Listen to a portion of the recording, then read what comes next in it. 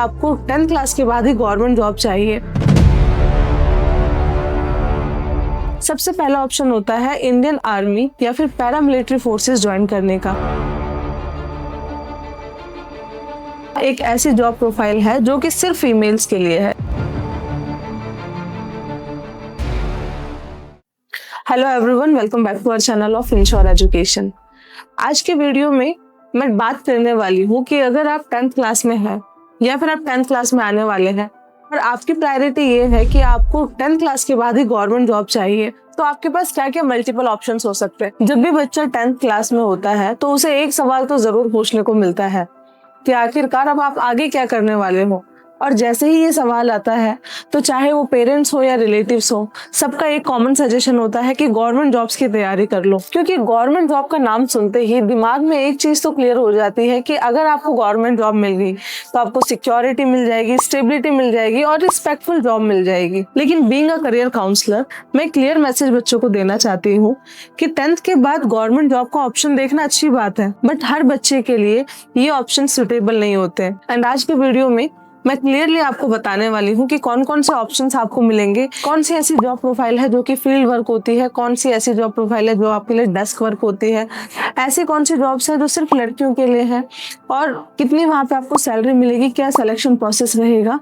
तो ये एक डिटेल वीडियो होने वाला है एंड कोशिश करिए कि वीडियो को स्किप ना करिए ताकि आपको सारे ऑप्शन अच्छे से समझ आए। सबसे पहला ऑप्शन होता है इंडियन आर्मी या फिर पैरामिलिट्री फोर्सेस ज्वाइन करने का। इस एग्जाम को चाहे आप लड़का हो या लड़की हो, दोनों ही दे सकते हैं। इंडियन आर्मी और पैरामिलिट्री ज्वाइन करने के लिए आपको एसएससी जीडी का एग्जाम देना पड़ेगा। अगर आपने एसएससी जीडी का एग्जाम क्लियर कर लिया तो आप इंडियन आर्मी और पैरामिलिट्री फोर्सेस में बीएसएफ, आईटीबीपी, सीआईएसएफ, एसएसबी जैसे फोर्सेस में एज अ सोल्जर जॉब कर सकते हैं।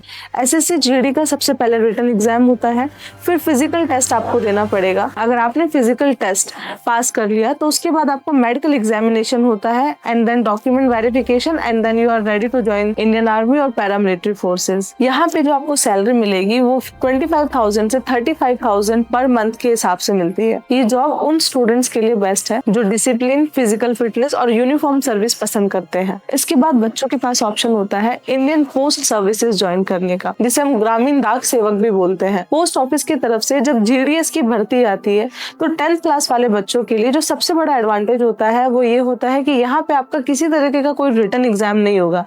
यहाँ पे आपके 10th क्लास में जो परसेंटेज है उसी के बेसिस पे मेरिट लिस्ट निकलती है एंड मेरिट लिस्ट के बेसिस पे ही आपको गवर्नमेंट जॉब मिल सकती है। अगर आपके 95% या उससे ज्यादा है तो आप इस पोस्ट के लिए अप्लाई कर सकते हैं। ये जॉब उन स्टूडेंट्स के लिए अच्छी है जो एग्जाम प्रेशर नहीं चाहते और रूरल एरिया में काम करना कंफर्टेबल समझते हैं। इसके बाद एक सबसे बड़ा ऑप्शन बच्चों के पास होता है एसएससी एमटीएस का एंड कांस्टेबल जॉब्स का। एसएससी बहुत सारे एग्जाम कंडक्ट करवाती है जैसे कि एसएससी सीजीएल, सीएचएसएल, एमटीएस, और इनके बारे में मैंने एक इंडिविजुअल वीडियो भी बनाया हुआ है। अगर आपको एसएससी के बारे में जानना है तो आप वो वीडियो जाके देख सकते हैं।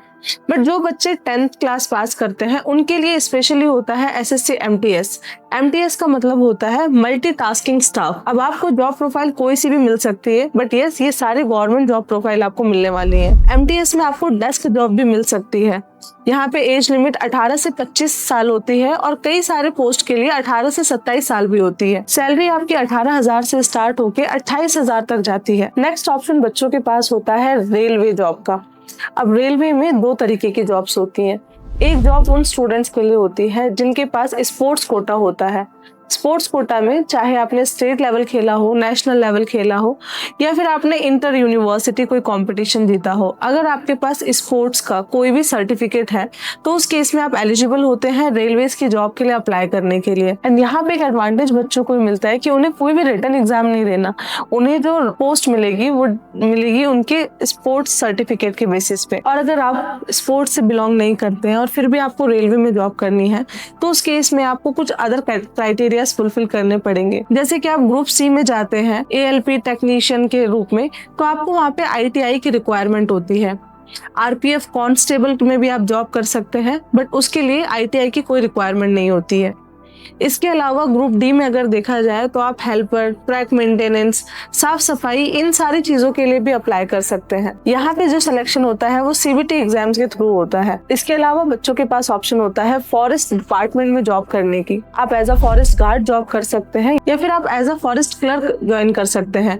यहाँ पे जो आपकी एज लिमिट होगी वो 18 से 27 साल की होगी एंड सैलरी यहाँ पे आपको 22,000 से लेकर 27,000 तक मिल सकती है। ये जॉब उन स्टूडेंट्स के लिए बेस्ट है जो आउटडोर वर्क प्रेफर करते हैं। जैसा कि मैंने आपको बताया, मल्टीटास्किंग स्टाफ हायर करती है SSC, तो इस केस में जैसे पोस्ट होती है पियोन वगैरह की, तो वो आपको मिल सकती है। इसके अलावा बच्चों के पास ऑप्शन होता है इंडियन नेवी ज्वाइन करने का। अब यहाँ पे आपको लग रहा होगा कि 10th क्लास के बाद इंडियन नेवी कैसे ज्वाइन किया जा सकता है। इंडियन नेवी में मैट्रिक रिक्रूटमेंट होता है एंड यहाँ पे मल्टीपल जॉब प्रोफाइल्स होती हैं, जैसे कि कुक, स्टीवर्ड और हाइजीनिस्ट।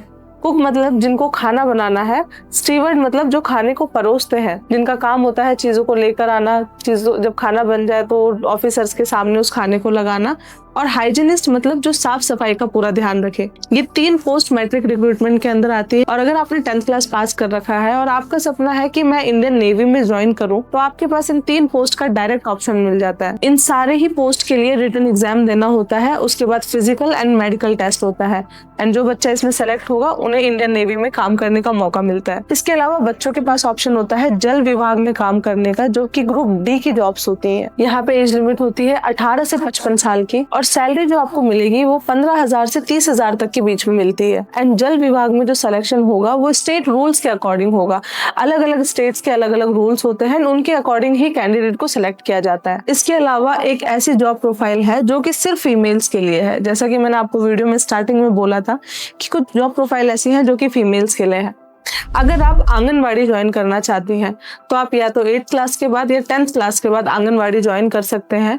अब यहाँ पे डिपेंड करता है कि आपको क्या जॉब प्रोफाइल मिल गई है, तो आपके पास ऑप्शन होता है ज्वाइन करने का। और यहाँ पे कोई भी मेल कैंडिडेट आंगनवाड़ी के पोस्ट के लिए अप्लाई नहीं कर सकता। यहाँ पे आपकी जो एज लिमिट होती है वो 18 से 40 साल के बीच में होती है। आंगनवाड़ी में अप्लाई करने के लिए आपकी कोई भी एप्लीकेशन फीस नहीं होती है एंड यहाँ पे जो सैलरी आपको मिलेगी ये डिपेंड करता है स्टेट रूल्स के अकॉर्डिंग। ये जितने भी ऑप्शन मैंने आपको बताए हैं ये या तो स्टेट गवर्नमेंट के अंडर में आते हैं या सेंट्रल गवर्नमेंट के अंडर में आते हैं, तो डेफिनेटली सारे ही जॉब्स गवर्नमेंट जॉब्स होने वाली हैं। बट आप याद रखिए, गवर्नमेंट जॉब सिर्फ एक रास्ता है, डेस्टिनेशन नहीं। सही डिसीजन वही होता है जो आपकी इंटरेस्ट, एबिलिटी और फ्यूचर गोल्स के अकॉर्डिंग हो। इसीलिए किसी भी प्रेशर में नहीं, समझ के, सोच के और प्लानिंग के साथ डिसीजन लीजिएगा। अगर आपको ये वीडियो हेल्पफुल लगी हो तो लाइक करें, कमेंट करें एंड हमारे चैनल को सब्सक्राइब करना ना भूलें।